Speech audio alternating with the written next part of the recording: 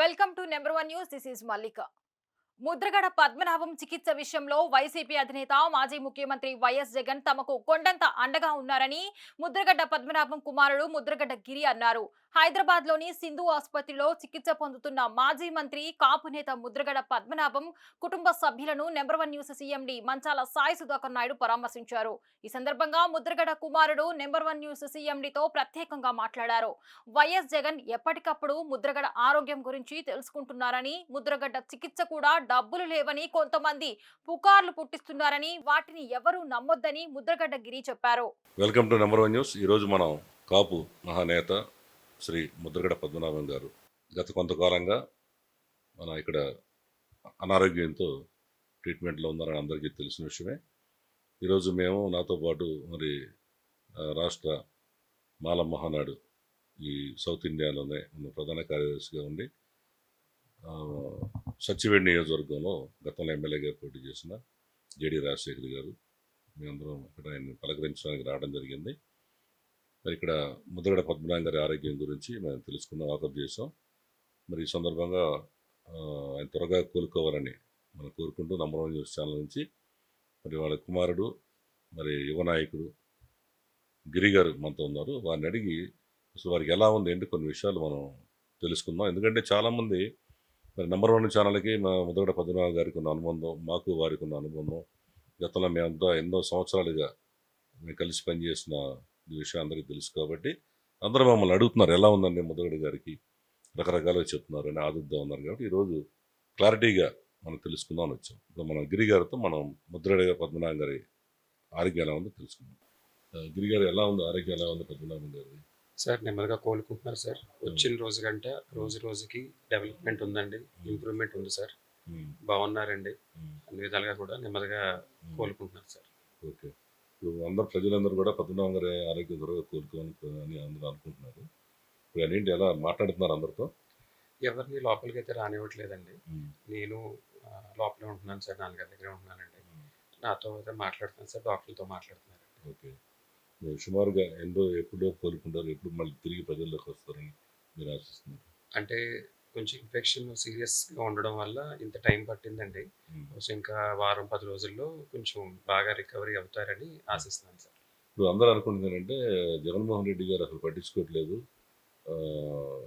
కొన్ని ఛానల్స్ కూడా వస్తున్నాయి, అసలు ట్రీట్మెంట్ కూడా ఆయన డబ్బులు లేవు, అందరూ చందాలు వేసుకుంటారండి. ఇది ఎంతవరకు నిజం మీ నోటితో తెలుసుకుందాం.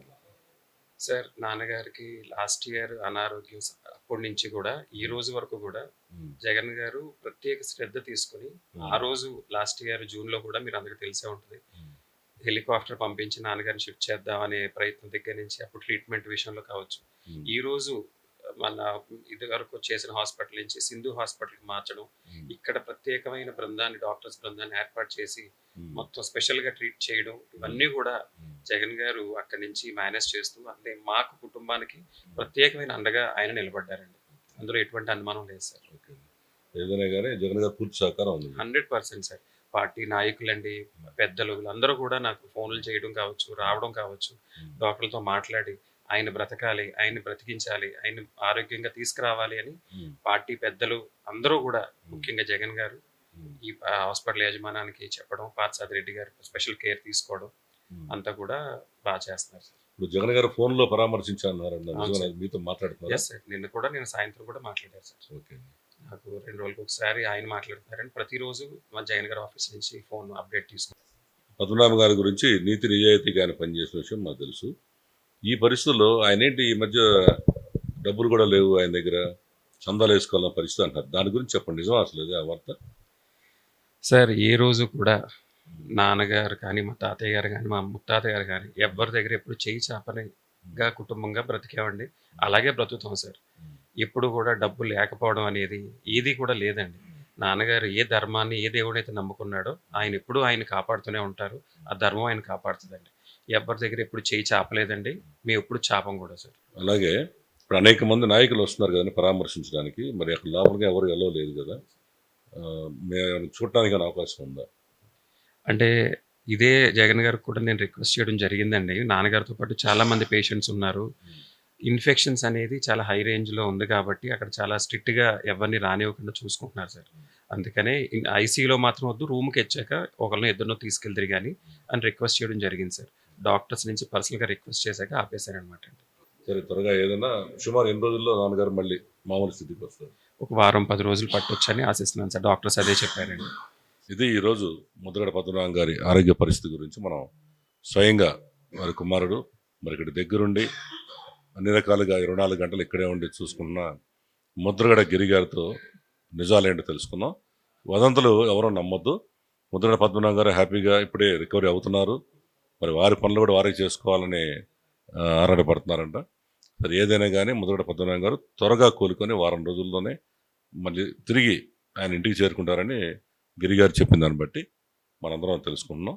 అలాగే మీరు కొన్ని ఛానల్స్ వాడు కానీ ఆయన మీద అనవసరంగా వదంతులు మాత్రం దయచేసి ప్రచారం చేయొద్దు. వారి గురించి మాకు పూర్తిగా బాగా తెలుసు, వారి మనస్తత్వం ఏంటో. ప్రతి ఆయన పెట్టి చేయి కానీ దొరికి ఎక్కడైనా ఆయన ఎవరి సహాయం ఆశించలేదు.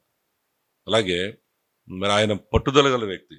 చాలామంది అనుకున్నాను ముద్రగడ పద్మనాభ రెడ్డి అంటే ఆయన ఆ రోజు ఎందుకన్నారో తెలియదు.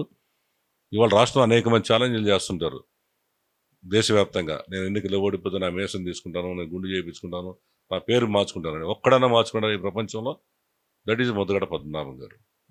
ఆయన మాట ప్రకారం ఆయన ఎందుకున్నారో ఆ రోజు ఆవేశంలో తెలియదు. అదే రకంగా ఆయన పేరు మార్చుకున్నాడు. అది తప్పేం లేదు. గతంలో సంగీత వెంకరెడ్డి గారని కాపు ప్రముఖుడైన అదే జిల్లాలో మాజీ మంత్రిగా చేశారు.